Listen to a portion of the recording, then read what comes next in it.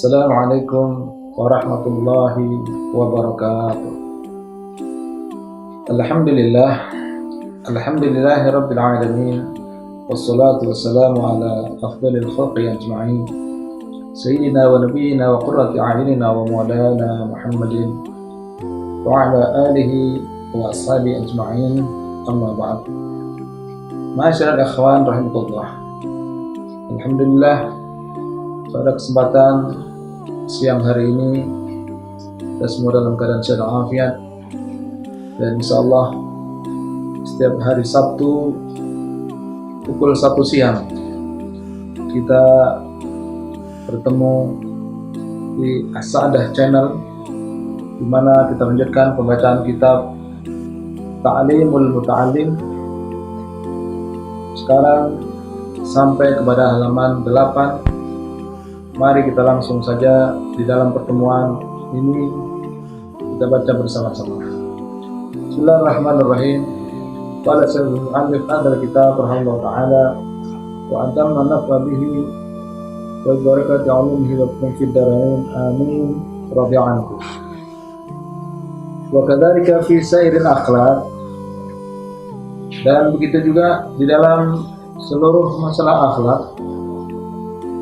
Nahul judi, seperti sifat pemurah, wal bukhli, pelit, kikir, wal jubni, pengecut, penakut, wal jur'ati, sifat pemberani, berani menegakkan, mengatakan yang hak, yang benar, wal takabburi, dan takabbur, sombong, tawadhu, rendah hati, wal iffah, yaitu apik, bisa menjaga dirinya, wal israfi, dan poya-poya, israf, wal taqtiri, hidup sederhana, wariha, dan selain daripada itu. Jadi sedikit kita ulang dari pertemuan sebelumnya, bahwa ini adalah merupakan akhlak-akhlak yang perlu kita ketahui, kita pahami, kita pelajari. Fa'innal kibra, karena sesungguhnya sifat sombong, angkuh, seperti kita lihat Fir'aun, betapa angkuhnya, betapa sombongnya, sampai-sampai dia mengatakan, mengaku Tuhan, ana rabbukumul a'la, aku adalah Tuhanmu yang maha tinggi.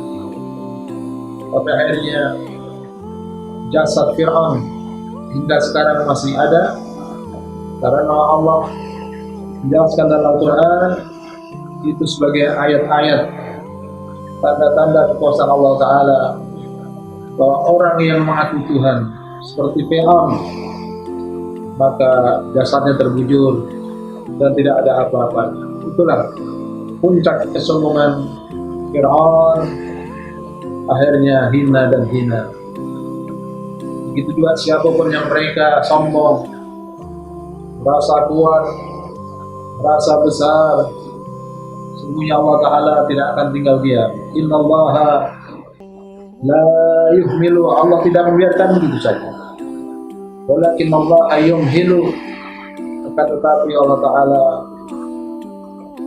melambatkan, yaitu cepat atau lambat nanti siksaannya, akibatnya akan ditemui orang-orang yang sombong. Na'udzubillah tsumma na'udzubillah.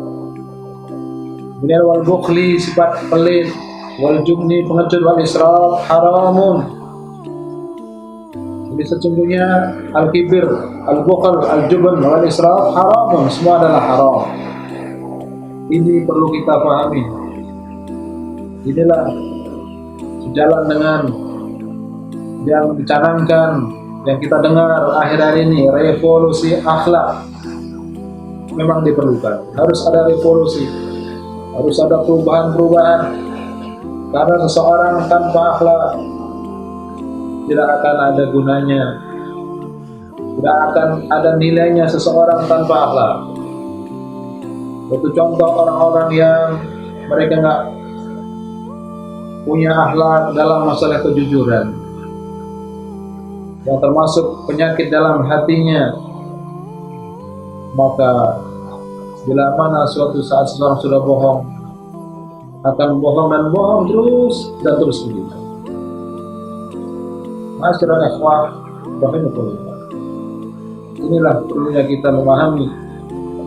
Wala yumkinu at-taharruz anha, dan tidak mungkin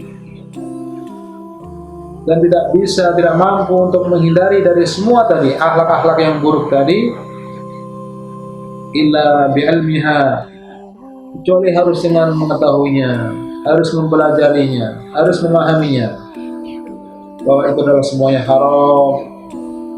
Allah berfirman, ya ayyuhalladzina amanu taqullah, wahai orang-orang yang beriman, ittaqullah, bertakwalah kepada Allah, wa kunu as-shadiqin, dan jadilah engkau kalian berada di barisan orang-orang shadiqin, orang-orang yang benar, orang-orang yang jujur, orang-orang yang tidak gemar bohong. Dan itu adalah merupakan perintah Allah Subhanahu wa taala. Karena sangat bahaya orang-orang yang mempunyai sifat yaitu pembohong, termasuk orang-orang munafik. Ayatul munafik salatun. Ciri-ciri orang munafik di antaranya ada 3. Idza haddatsa kadzaba. Bila mana dia berbicara, maka kadzaba, dia akan dusta, bohong. Wa idza wa'ada akhlafa. Bila mana berjanji, dia akan mengingkari. Hati-hati, al-wa'du dainun, janji adalah hutang. Seseorang yang mempunyai hutang maka harus membayar. Begitu ya janji, al-wa'du dainun. Rasulullah SAW pernah suatu saat ada jenazah, namun jenazahnya itu mempunyai hutang. Diketahui ternyata punya hutang. Rasulullah SAW, baginda Rasul yang mulia, tidak mau mensolatkan jenazah tadi. Apakah Rasulullah kejam? Tidak. Ini ta'liman li ummati, sebagai pengajaran buat umatnya, hati-hati masalah hutang. Akhirnya ketika itu Sayyidina Ali mengatakan, ya Rasulullah, aku yang menjamin jenazah ini, ya Rasulullah, aku yang menjamin hutangnya. Maka ketika itu Rasulullah SAW baru mau mensolatkannya, karena ada jaminan dari Imam Ali bin Abi Thalib. Oleh karena itu, bila mana ada jenazah, kita sering mendengar sahibul jenazah, ahli waris yang mengatakan, bila mana si fulan almarhumah punya hutang-hutang, maka hendaknya sudahlah berhubungan dengan kami sebagai ahli warisnya. Ini kita sering dengar bila mana ada jenazah. Itulah bahwa hutang itu sesuatu yang tidak enteng. Kembali ke hadis tadi, bahwa orang munafik idza wa'ada akhlaf, bila mana berjanji maka dia akan mengingkarinya, tidak menepati. Padahal al-wa'du dainun, janji adalah hutang. Ciri orang munafik ketiga, wa idza tumina khana, bila mana diberi amanat, bila mana diberikan kepadanya mandat sesuatu, khana, mengkhianati daripada entah itu jabatan atau amanat apapun, amanat yang diberikan kepadanya, namun dia khianat, naudzubillah kun manaud. Bahkan tidak sedikit kadang-kadang di antara manusia jika diberi amanat, bahkan disumpah dengan Al-Quranul Karim, bahkan mereka disumpah dengan kitab suci mereka. Untuk orang Kristen disumpah dengan Injilnya, orang Islam disumpah dengan Al-Qurannya. Namun bila mana mereka termasuk orang-orang munafik. Maka orang Islam yang munafik tadi akan mengingkari, akan khianat daripada amanah yang ada. Na'udzubillah tsumma na'udzubillah.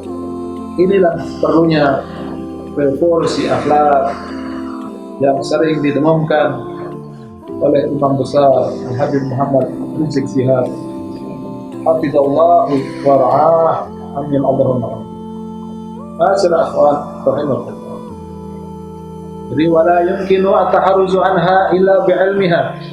Dan tidak mungkin untuk menghindar daripada hal-hal yang buruk tadi kecuali dengan mengetahuinya, wa ilmu ma yudaduha, dan juga mengetahui lawanan daripada akhlak tadi. Suatu contoh sifat pemurah, akhlak yang baik, maka lawanannya adalah al-bakhil, yaitu pelit dan seterusnya. Pembohong, dusta, itu adalah yang buruk, maka lawanannya adalah mereka orang-orang yang jujur, orang-orang yang benar dalam ucapannya, dalam tindak tanduknya. Inilah wa ilmu mayudaruha, dan mengetahui ilmu atau apa-apa dari lawanan-lawanan akhlak yang tadi sudah kita sebutkan. Wa yuftaradu ala kulli insanin, maka diwajibkan atas setiap manusia ilmuha, mengetahui daripada akhlak-akhlak tadi, baik itu akhlak yang buruk ataupun akhlak-akhlak yang baik. Ini harus kita ketahui.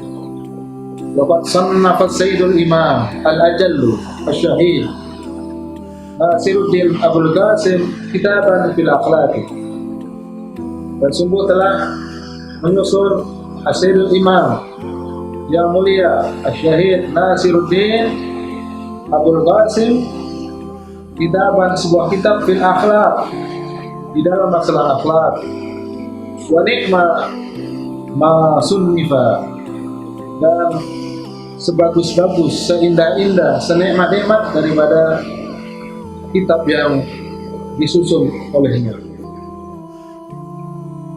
Wa yajibu ala kulli muslimin hifdzuha, maka wajib atas setiap orang Islam hifdzuha, untuk menghafalnya, untuk menjaganya, untuk yaitu menjalankannya akhlak-akhlak yang baik dan menjauhkan daripada akhlak yang buruk. Inilah sekali lagi perlunya revolusi akhlak. Wa amma itu ma yaqau fi ba'dil ahadith, dan adapun menjaga sesuatu yang terjadi dalam sebagian daripada waktu yang sifatnya temporer, fardun ala sabilil kifayah, maka hukumnya adalah fardu kifayah. Bila qama bil abdu atau bila qama bil ba'du, bila mana telah menunaikan sebagian daripada umat Islam fi baldatin, dalam suatu negeri, dalam suatu penduduk, saqata anil baqin, maka gugurlah kewajiban anil baqin, daripada sisanya daripada yang lainnya. Ini adalah suatu contoh dalam masalah salat jenazah, mengurus jenazah. Ini adalah sifatnya fardu kifayah, sehingga bila mana sudah ada yang menunaikan sebagian daripada kaum muslimin, maka gugurlah kewajiban yang lainnya. Tapi bila mana tidak ada yang menunaikan fardu kifayah tadi, maka semuanya menjadi dosa. Wa illam yakun fil baladi, fa illam yakun, bila mana tidak ada fil baldati, dalam suatu negeri itu, man yakumu bihi, yang menunaikan daripada fardu kifayah tadi, seperti sholat jenazah dan lain sebagainya, istaraku jami'an fil ma'thami, maka seluruh penduduk itu berkumpul, bersekutu di dalam dosa seluruhnya. Jadi kembali kepada masalah tadi bahwa akhlak-akhlak tadi diibaratkan itu adalah fardu ain, kewajiban untuk individu harus mengetahuinya. Adapun mengetahui dalam ilmu fardu kifayah seperti sholat jenazah, ini cukup sebagian orang yang menjalankannya, maka gugur kewajiban orang-orang yang lain. Ma'asyiral ikhwah rahimakumullah. Inilah kajian kita pada pertemuan yang ke-8 ini. Mudah-mudahan Allah berikan kita ilmu yang manfaat, bisa menjalankan, bisa menunaikan yaitu akhlakul karimah, akhlak-akhlak yang terpuji, sebagaimana dalam gaungan revolusi akhlak, sehingga dengan akhlak yang terpuji manusia akan ada nilai. Bila mana tidak ada akhlaknya, tidak ada adabnya, man laisa lahu adab kadzubar. Ada ungkapan yang sangat indah, barang siapa yang enggak punya adab itu bagaikan lalat. Kita tahu lalat, binatang yang hinggap di tempat-tempat yang kotor. Itulah orang yang enggak punya adab disamakan dengan lalat. Na'udzubillah tummah. Mudah-mudahan kajian kita Allah berikan kita ilmu manfaat, dan insyaallah kita akan berjumpa dalam pertemuan-pertemuan setiap hari Sabtu pukul 13 siang di As-Sa'adah Channel. Mudah-mudahan Allah memberkati kita hidup dunia dan akhirat. Amin ya rabbal alamin. Wallahu a'lam wa ilmu atam wa la ilma illa ma'allam. Rabbi zidna ilman.